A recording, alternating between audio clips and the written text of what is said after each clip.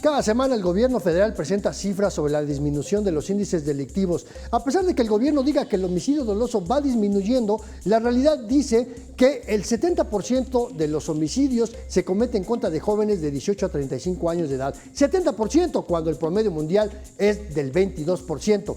¿Qué significa esto? Que México sigue sumido en la violencia.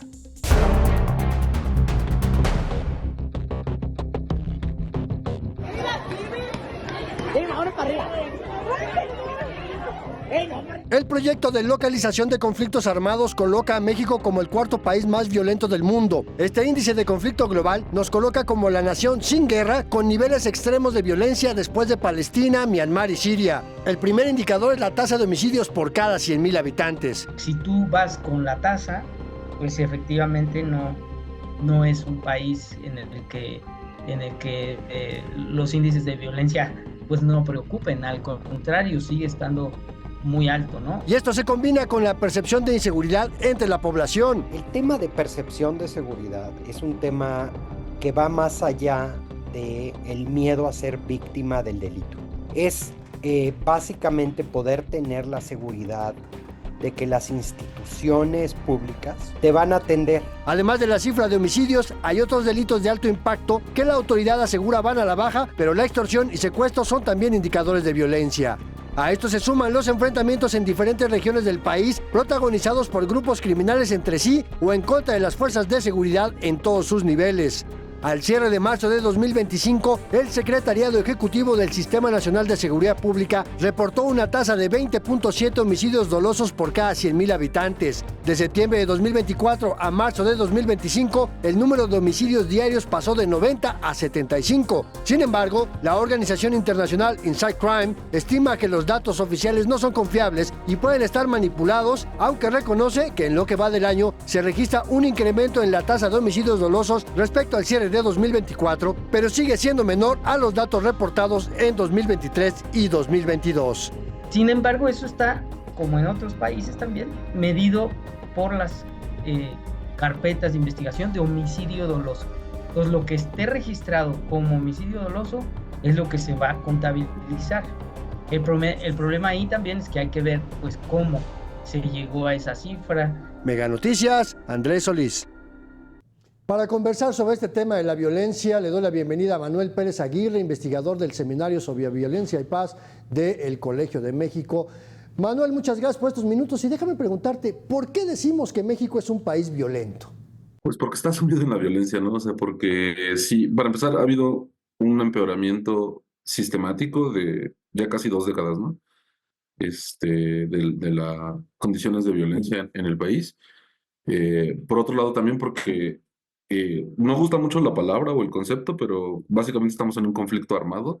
Hay quienes lo manejan como guerra civil comercial, por ejemplo, términos como comercial o delictiva y demás, ¿no?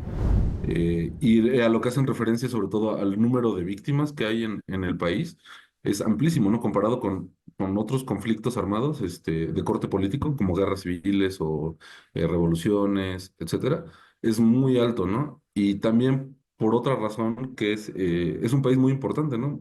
O sea, frontera con Estados Unidos, parte de Norteamérica, con un PIB grandísimo y demás, ¿no? Entonces, por todas esas razones también como que se ve o es muy visible el empeoramiento, ¿no?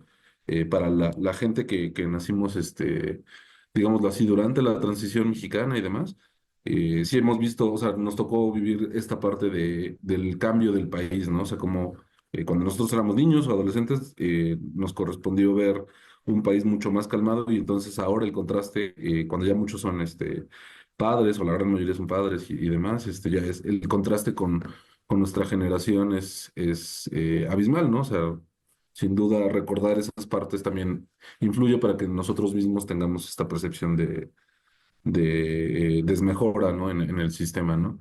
Y sobre todo la otra es como que no hay señal alguna de que esté mejorando, ¿no? O sea, se puede decir lo que se quiera, pero en general las mismas cifras oficiales, que nuevamente son cifras oficiales, ¿no?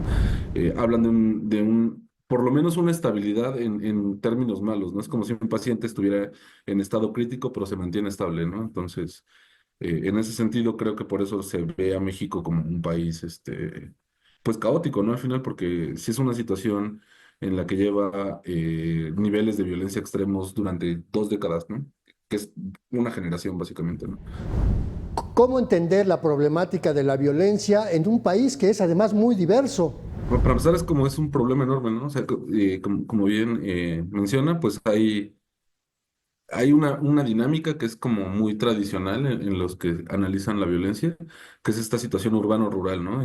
Hay más violencia en términos generales en las zonas rurales, porque hay más control del crimen organizado y de los grupos criminales, ¿no?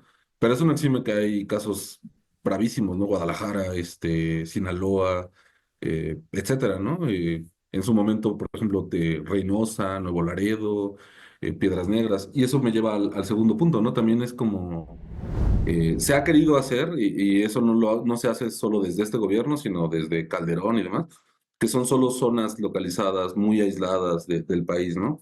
Y por una parte, a veces eso es cierto, pero por otro lado también es que la diferencia entre que una zona esté pacífica, comillas, y que se ponga violenta es de 2 semanas, ¿no? El caso de Culiacán, por ejemplo, es como muy interesante, ¿no? Hace un año más o menos, año y medio, se presentaban resultados de, wow, esta ciudad se logró pacificar, ¿no? Este estado está en términos generales ya mucho mejor de lo que estaba, ¿no? Ha sido un éxito la política de seguridad. Y ahora lo vemos como está esa zona y es básicamente zona de guerra. Manuel, ¿qué le queda a la sociedad ante la violencia, pero sobre todo ante esta sensación de abandono? Es una pregunta muy buena que no tengo respuesta para ella. Porque acá hablamos de dos cosas, ¿no? Por ejemplo, con toda esta discusión que se dio en el Senado de la República sobre la desaparición de personas, uno podría salir con la impresión de que, pues, esto es problema de particulares, ¿no? Y así lo quisieron manejar, como de, el Estado no desaparece personas, entonces no es problema nuestro, ¿no? Y ahí eso tiene muchos problemas. Hablando concretamente de la desaparición, es uno, bueno, el origen básico, la razón de ser de cualquier Estado, democrático o no, capitalista o no, lo que sea, siempre es la protección del individuo, ¿no? O sea, del ser humano y de la sociedad, ¿no? Si ni siquiera puede satisfacer esa cosa básica que es la razón de ser del Estado, pues estamos en un problema, ¿no? Bastante grande, ¿no?